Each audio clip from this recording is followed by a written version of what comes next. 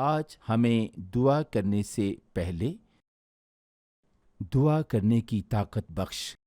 تیری حضوری کے لیے تیرا شکر کرتے ہیں، کیونکہ تیرے کلام میں مرقوم ہے کہ جس وقت ہم دعا کر رہے ہوتے ہیں کہ تو اپنے فرشتوں کو ہمارے پاس ہمارے چھٹکارے اور ہماری دعاؤں کے جواب کے لیے بھیجتا ہے۔ خدایا، آج کوئی تلاش کرتا ہوا آیا ہے، آج کوئی ضرورت مند یہاں ہے۔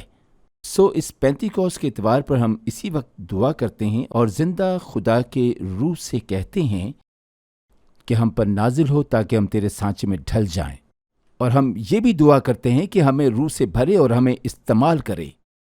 پاک روح اس جگہ پر جنبش کر اور ہمیں قبول کرنے والا دل اور دماغ عطا کر، اور ایسے کان عطا کر تاکہ آج وہ سب حاصل کرنے والے ہوں جو تو نے ہمارے لیے رکھا ہوا ہے۔ ہم تیرے نام کو جلال دیتے ہیں، یسوع کے نام سے دعا کرتے ہیں، آمین۔ آئے ہم سب مل کر کہیں، یسوع تیرا شکر ہو۔ ہم اپنے خداوند اور اپنے نجات دہندہ یسوع مسیح کے نام کی تعریف کرتے ہیں، اور ان تمام خدام اور لیڈران اور مہمانوں اور دوست اور باقی سب بھی جو آج کی صبح ہمارے ساتھ جمع ہیں۔ میں تمام مہمانوں، ڈیکنوں کی بڑی حوصلہ افزائی کرتا ہوں جو آج صبح ہمارے درمیان موجود ہیں۔ یہ بہت اچھا ہے کہ ہم سب خداوند کے گھر میں ایک بار پھر سے جمع ہوئے ہیں، آمین۔ آج دراصل پینتیکوست کا دن ہے، اور یہ بہت اہمیت کا حامل ہے۔ جی ہاں، یہ پینتیکوست کا اتوار ہے۔ میں آپ کی توجہ مرکوز کرانا چاہتا ہوں۔ میں آپ کی توجہ متی کی انجیل 18 باب 21 سے 35 آیات کی جانب مرکوز کرانا چاہتا ہوں۔ جی ہاں، متی کی انجیل 18 باب 21 سے 35 آیات۔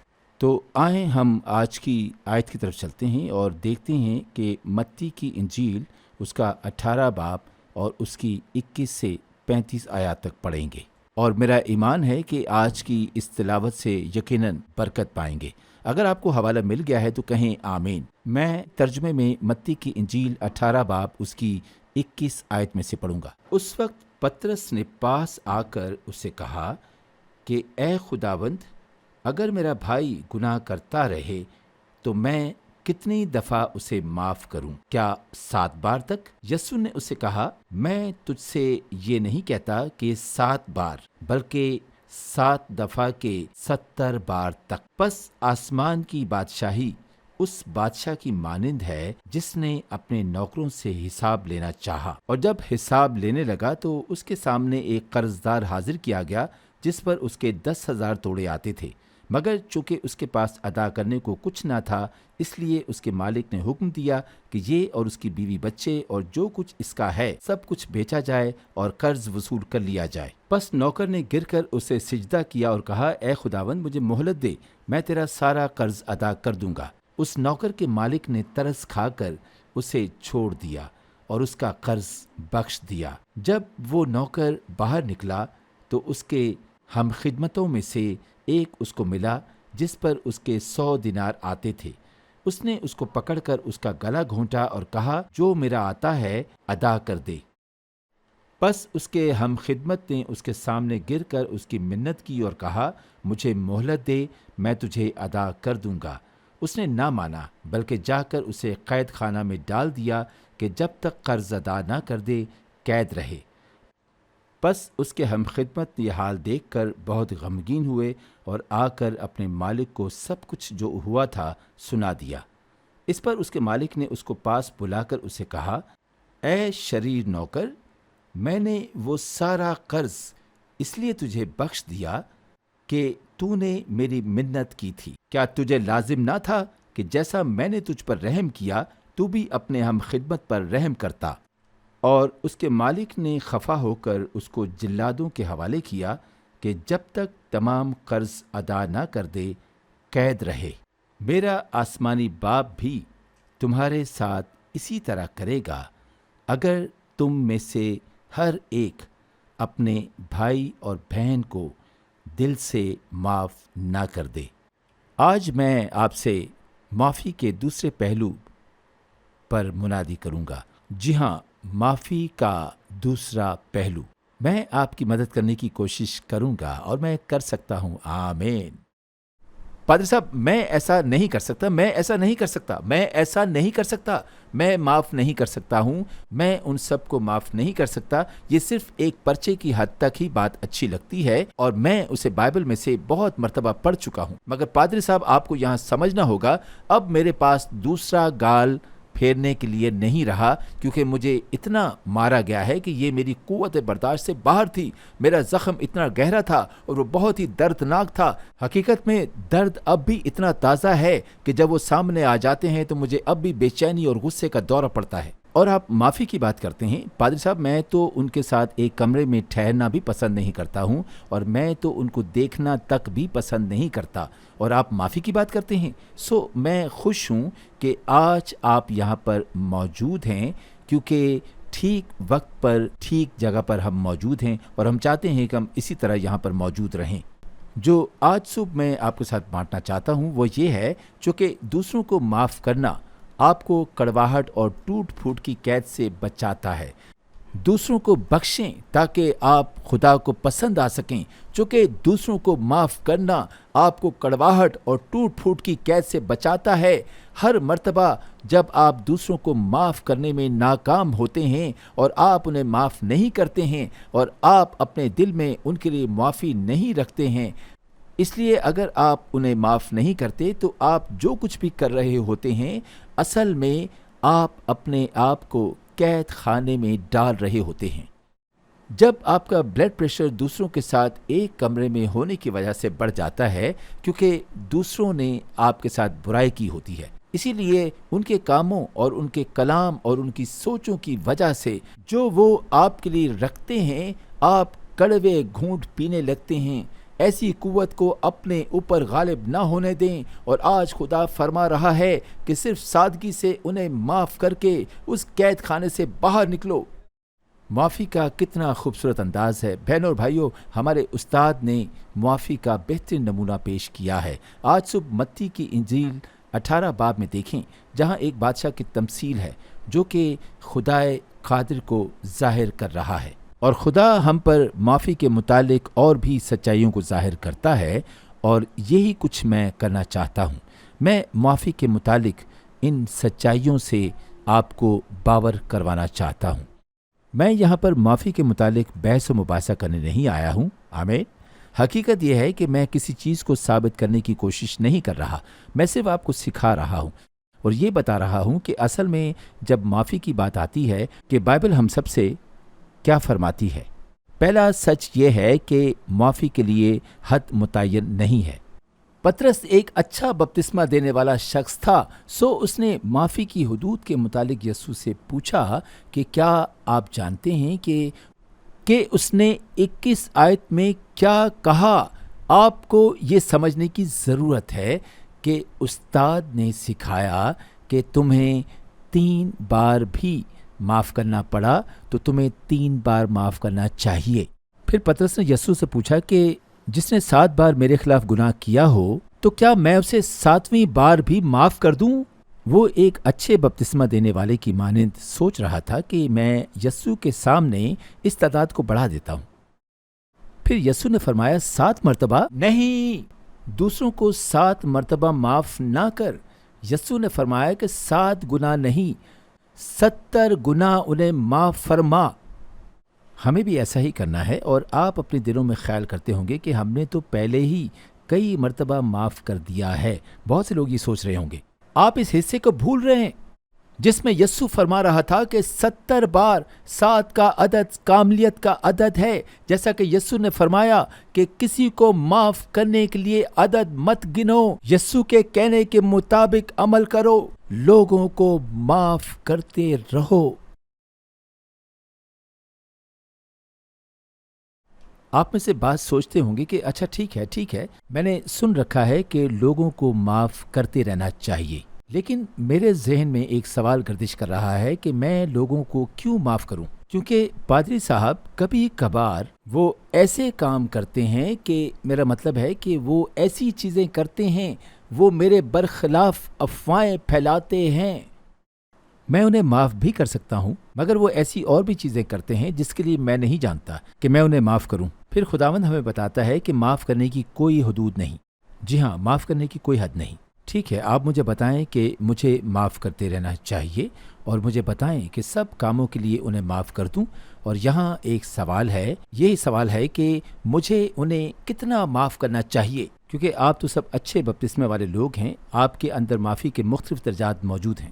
آپ میں سے بعض لوگ ایسے ہوں گے جو بالکل تھوڑا سا معاف کرتے ہوں گے، اور بعض ایسے ہوں گے جو زیادہ معاف کرنے کی صلاحیت رکھتے ہوں گے کہ دوسروں کو معاف کرنے والے ٹھہریں۔ اور میرا مطلب ہے کہ کیا مجھے مکمل طور پر کسی کو معاف کرنا چاہیے یا صرف تھوڑا سا؟ میں آپ سب کو بتانا چاہتا ہوں کہ خداوند میں تھوڑا یا تھوڑا زیادہ نہیں ہوتا، بلکہ وہ فرماتا ہے کہ معافی اور معافی کی کوئی حد نہیں ہوتی۔ یہاں پر خداوند آپ سب سے یہ فرما رہا ہے کہ آپ کے سامنے یہ سادہ سی سچائی موجود ہے کہ ہر ایک کو ہر چیز کے لیے معاف کرو، کیونکہ معافی میں کوئی حد نہیں ہوتی۔ اس لیے ہر عقیدے والے کو معاف کریں، چاہے وہ کوئی بھی ہو۔ اس لیے یسوع یہاں پر بادشاہ کی تمثیل سناتے ہوئے فرماتا ہے کہ بادشاہ لوگوں کو اپنے پاس بلا کر کہتا ہے، میرا قرض ادا کرو، میں دیکھنا چاہتا ہوں کہ کس پر میرا قرض ہے، تاکہ وہ آگے بڑھیں اور میرا قرض ادا کریں۔ اور کسی ایک آدمی کو بادشاہ کے سامنے لایا گیا جس پر بادشاہ کے لاکھوں کے حساب سے قرضہ تھا۔ بائبل فرماتی ہے کہ وہ بندہ دھوکے باز تھا، ڈکیت تھا، اور یہاں تک کہ وہ ایک جھوٹا تھا، کیونکہ بادشاہ کہتا تھا کہ میں تیرا قرض اتار دوں گا اگر تو مجھے تھوڑا سا وقت عطا کرے۔ نہیں، وہ اچھا آدمی نہیں تھا اور اس نے واپس لوٹانا نہیں تھا، مگر پھر بھی بادشاہ اسے لاکھوں معاف کرنے والا تھا۔ معافی کی کوئی حد نہیں ہوتی، معافی کی کوئی حد نہیں ہوتی۔ سب کو ہر ایک چیز کے لیے معاف کرو، ہر چیز کے لیے ہر ایک کو معاف کرو۔ میں آپ کو بتاؤں کہ ہر ایک کو معاف کرو۔ آپ کو اپنے خاندان کے لوگوں کو بھی معاف کرنا چاہیے، اپنی شریک حیات کو معاف کرنا چاہیے، اپنے ساتھی کارکن کو معاف کرنا چاہیے، اپنے پڑوسی کو معاف کرنا چاہیے، اور ہاں، ہر ایک کو ہر بات کے لیے معاف کرو، چاہے انہوں نے جو کچھ بھی کیا ہو۔ ہمیں انہیں تھوڑا سا معاف نہیں کرنا ہے، یا ہمیں تھوڑے سے کچھ زیادہ معاف نہیں کرنا ہے۔ یسوع فرماتا ہے کہ معافی میں کوئی حد نہیں ہے، ہر ایک کو ہر بات کے لیے معاف کرو، اپنے پرانے ساتھیوں سمیت۔ جب ضرورت ہوتی ہے تو میں ایسا ہی کرتا ہوں۔ یہ سننا کتنا خوفناک ہوتا ہے۔ نہیں، اس نے کسی کو ہر چیز کے لیے معاف نہیں کیا، مگر پھر بھی سبق ہمیں یہ سکھاتا ہے کہ معافی میں کوئی حد نہیں۔ اب میں ذرا آگے بڑھوں گا، کیونکہ ہم سب آج اس پیغام کے دوران کافی خاموش ہیں۔ آئیں اب دوسرے نقطے کی جانب بڑھتے ہیں۔ کوئی کہتا ہوگا کہ میں اس کے لیے کبھی ووٹ نہیں دوں گا۔ خیر، آپ سن رہے ہیں۔ صرف اتنا ہی نہیں کہ معافی کی کوئی حد نہیں، بلکہ معافی میں کوئی نقصان شامل نہیں ہوتے۔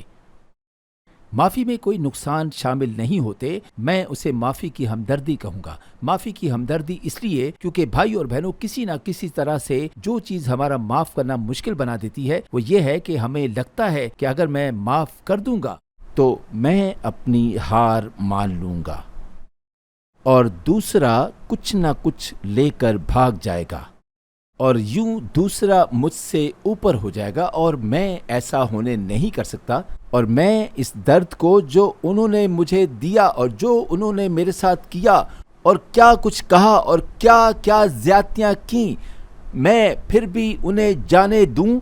بالکل بھی نہیں۔ وہ میرے قرضدار ہیں۔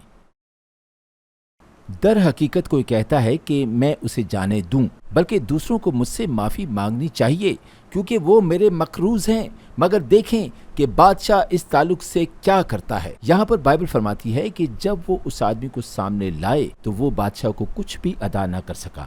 انہوں نے کہا کہ اسے بیچ دو اور اس کی بیوی کو بھی بیچ دو اور اس کے بچوں کو بھی بیچ دو، اور وہ سب کچھ جو اس کا ہے قرض ادا نہ کرنے کی وجہ سے لے لیا جائے۔ لیکن وہ آدمی بادشاہ کے سامنے گر پڑا اور اس کی منت کرنے لگا کہ مہربانی کر کے مجھ پر رحم کیا جائے۔ اسے اس پر ترس آیا کہ کیا آپ اس آدمی کے متعلق سوچ سکتے ہیں کہ یہ آدمی قید خانے میں تنہا کن حالات سے گزرنے کو تھا۔ نہ صرف اسے بھگتنا پڑتا بلکہ اس کا خاندان بھی متاثر ہوتا اور اس کی بیوی بھی متاثر ہوتی۔ اس کے بچوں کو اس کی غلطی کی وجہ سے بیچ دیا جاتا، مگر پھر بھی بادشاہ یہاں اسے لاکھوں معاف کرنے کو تھا، اور وہ اس سے یہ کہنے لگا کہ تجھے میرا کچھ بھی ادا کرنے کی ضرورت نہیں ہے۔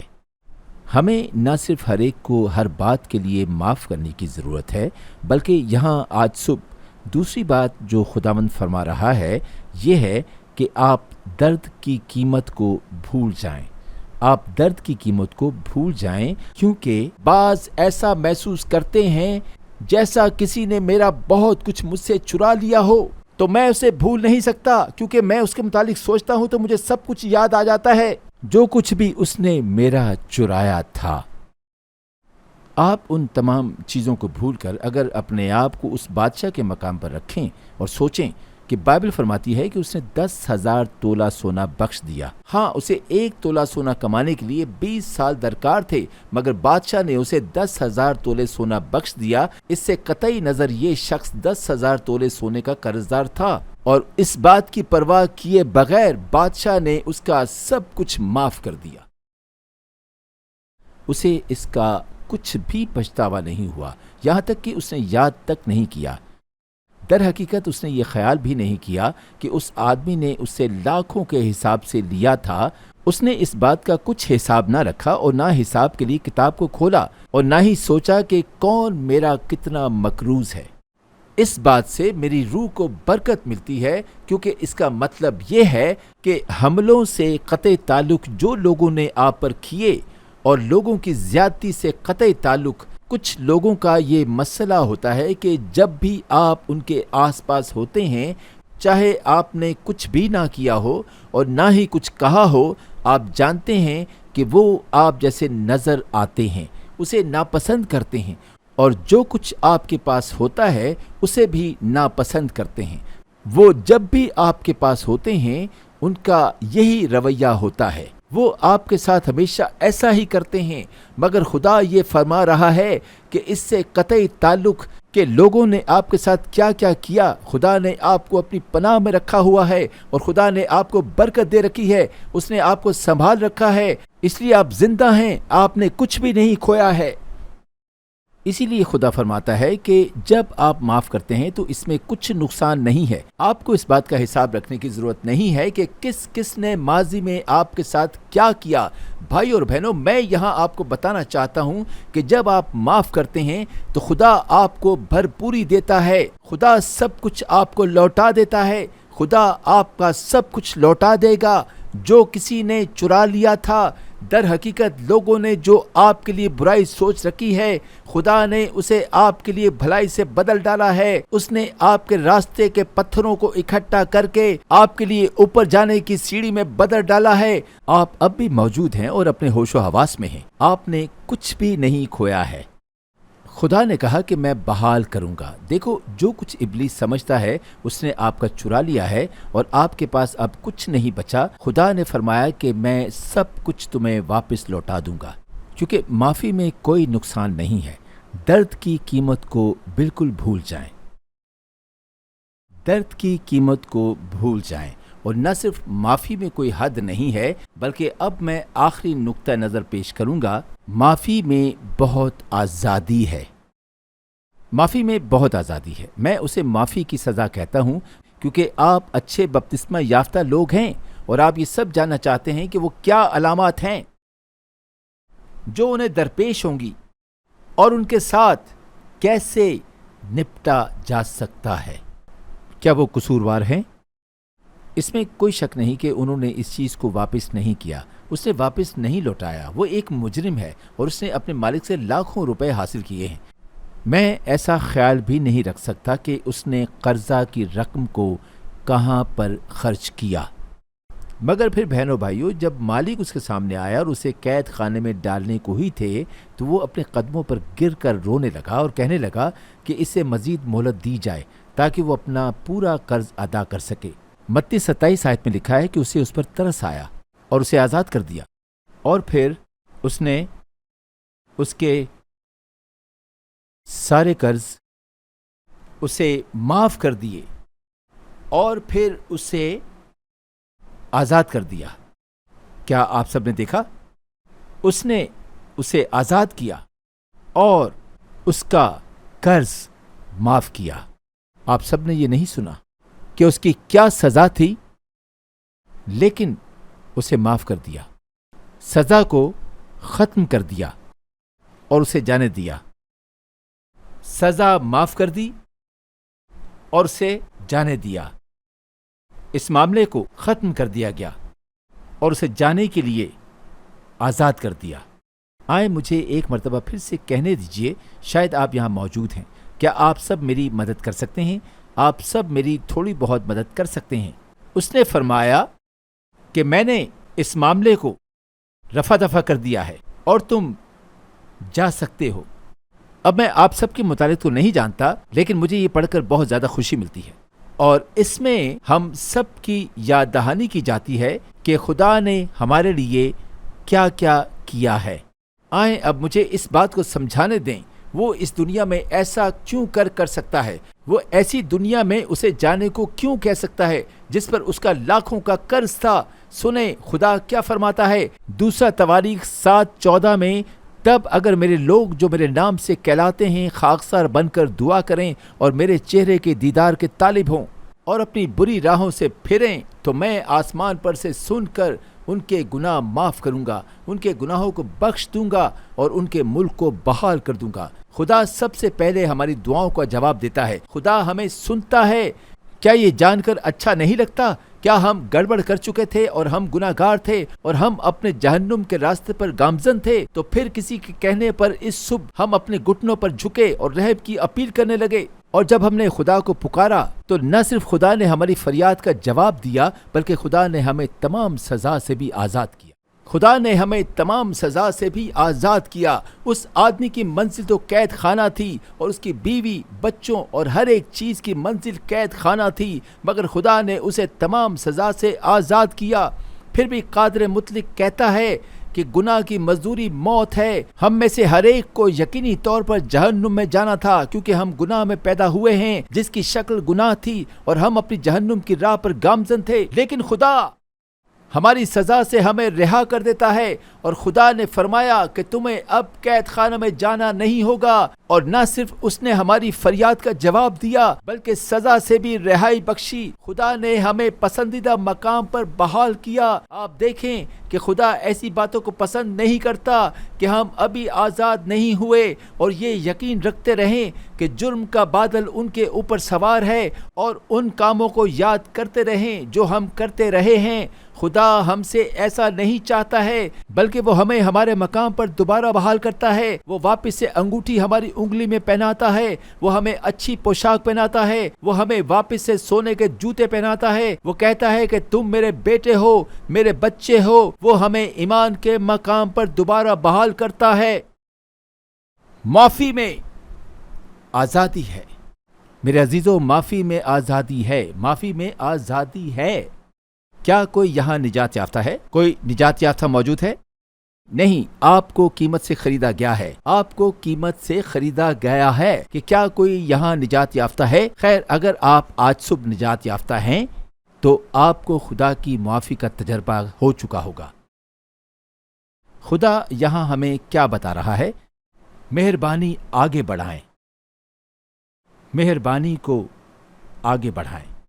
اگر میں آپ کے ساتھ اچھا ہوں اور اگر میں نے آپ کو معاف کر دیا ہے تو آپ کو بھی ہر ایک کو معاف کرنا ہے۔ ہر بات کے لیے آپ کو درد کی قیمت کو بھول جانا چاہیے، اسے واپس یاد نہ کریں، اس کے متعلق نہ سوچیں، بلکہ آپ کو مہربانی کو آگے بڑھانا چاہیے۔ آپ کو اسے لے کر کسی اور کی بھی برکت کا باعث بننا چاہیے۔